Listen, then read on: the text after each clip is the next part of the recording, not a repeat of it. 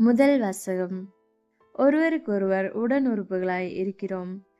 திருத்தூதர் பவுல் ரோமியருக்கு எழுதிய திருமுகத்திலிருந்து வாசகம். 12வது அதிகாரம் 5 16 முடியுள்ள இறைவார்த்தைகள். சகோதரர் சகோதரிகளே, நாம் பலராயிருந்தாலும் கிறிஸ்துவோடு இணைந்திருப்பதால் ஒரே உடலாய் இருக்கிறோம். ஒருவருக்கொருவர் உடனுறுப்புகளாய் இருக்கிறோம். ஆயினும் நமக்கு அளிக்கப்பட்டுள்ள அருளுக்கேற்ப வெவ்வேறு அருள் கொடைகளை பெற்றுள்ளோம். இறைவாக்கு உரைக்கும் கொடையை நாம் பெற்றிருந்தால் நாம் கொண்டிருக்கும் நம்பிக்கைக்கு ஏற்றவாறு அதை பயன்படுத்த வேண்டும். தொண்டாற்றும் கொடையை நாம் பெற்றிருந்தால் அதை தொண்டு புரிவதற்கு பயன்படுத்த வேண்டும்.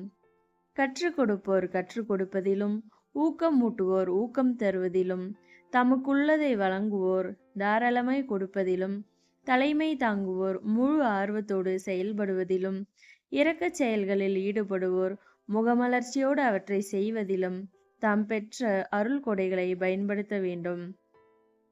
உங்கள் அன்பு கள்ளமற்றதாய் இருப்பதாக. தீமையை வெறுத்து நன்மையையே பற்றி கொள்ளுங்கள். உடன்பிறப்புகள் போன்று ஒருவருக்கொருவர் உலங்கணிந்த அன்பு காட்டுங்கள். பிறர் உங்களை விட மதிப்புக்கு உரியவர் என எண்ணுங்கள். விடாமுயற்சியோடும் ஆர்வமிக்க உள்ளத்தோடும் ஆண்டவருக்கு பணிபுரியுங்கள். எதிர்நோக்கி இருப்பதில் மகிழ்ச்சி கொள்ளுங்கள். துன்பத்தில் தளரா மனதுடன் இருங்கள். இறைவேண்டலில் நிலைத்திருங்கள்.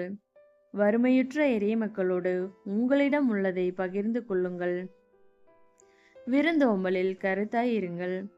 உங்களை துன்புறுத்துவோருக்கு ஆசி கூறுங்கள். ஆம், ஆசி கூறுங்கள், சபிக்க வேண்டாம். மகிழ்வாரோடு மகிழுங்கள், அழுவாரோடு அழுங்கள். நீங்கள் ஒரு மனத்தவராய் இருங்கள். உயர்வு மனப்பான்மை கொள்ளாமல் தாழ்நிலையில் உள்ளவர்களோடு நன்கு பழகுங்கள். ஆண்டவரின் அருள்வாக்கு. கிறிஸ்துவே உமக்கு புகழ். பதிலுரை பாடல் பல்லவி. என் நெஞ்சம் அமைதி பெற திருமுன் வைத்து காத்தருளும். ஆண்டவரே, என் உள்ளத்தில் இருமாப்பு இல்லை, என் பார்வையில் செருக்கு இல்லை. எனக்கு மிஞ்சின அரிய பெரிய செயல்களில் நான் ஈடுபடுவதில்லை. பல்லவி. என் நெஞ்சம் அமைதி பெற திருமுன் வைத்து காத்தருளும். மாறாக என் நெஞ்சம் நிறைவும் அமைதியும் கொண்டுள்ளது. தாய்மடி தவழும் குழந்தையென என் நெஞ்சம் எண்ணகத்தே அமைதியாயுள்ளது. பல்லவி. என் நெஞ்சம் அமைதி பெற திருமுன் வைத்து காத்தருளும். இஸ்ரவேலே, இப்போதும் எப்போதும் ஆண்டவரையே நம்பியிரு. பல்லவி. என் நெஞ்சம் அமைதி பெற திருமுன் வைத்து காத்தருளும். நற்செய்தி வாசகம். எனது வீடு நிரம்பும் அளவுக்கு மக்களை வற்புறுத்தி கூட்டி வரும். லூக்கா எழுதிய தூய நற்செய்தியிலிருந்து வாசகம். 14வது அதிகாரம் 15 24 முடியவுள்ள இறைவார்த்தைகள்.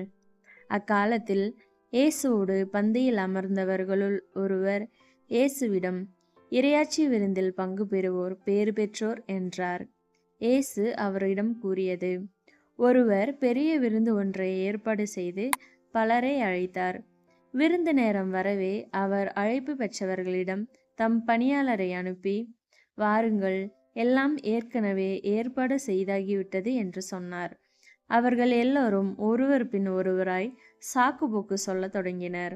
முதலில் ஒருவர், வயல் ஒன்று வாங்கியிருக்கிறேன், அதை நான் கட்டாயம் போய் பார்க்க வேண்டும், என்னை மன்னிக்க வேண்டுகிறேன் என்றார்.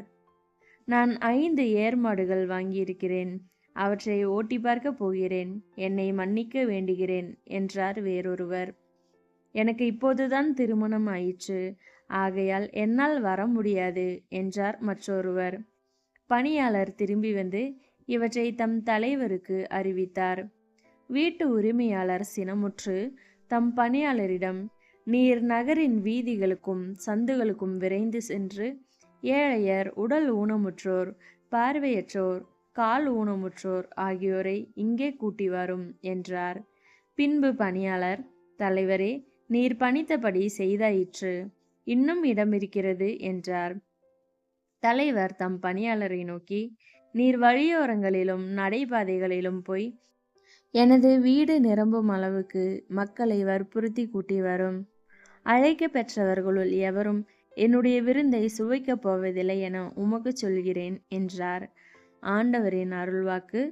கிறிஸ்துவே உமக்கு புகழ்.